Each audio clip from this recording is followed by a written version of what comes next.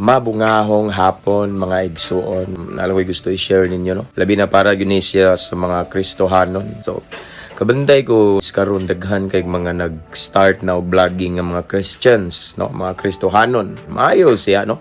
Since nag-vlog naman ta, nag-post og mga videos, mga reels, maayo siguro no kay Kristohanon man ta. Mas i-vlog ha nato the more ang word ni Lord. Sa verse lang na usa niya expound. Need kay na karon sa kabalo na tas kalibutan karon unsa kadautan, grabe na ka words. So need nila karon ang word ni Lord, need nila karon ang mensahe sa paglaom.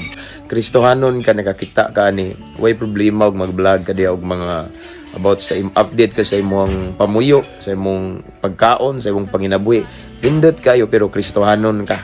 Timan na nindot nga mag-upload sa tag video nga para sa kamayaan sa Ginoo. What I mean is kanang about sa word of God, no?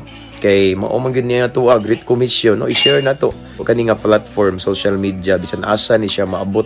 Sumao sa ni gigamit ron sa panuway para ipakatag ang mga toxic or unsa man diha nga mga dili maayo sa social media.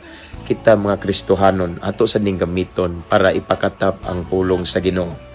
Usa ka gamayng pahinumdum lang. Ampo amping abantita. To God be all the glory. God bless everyone.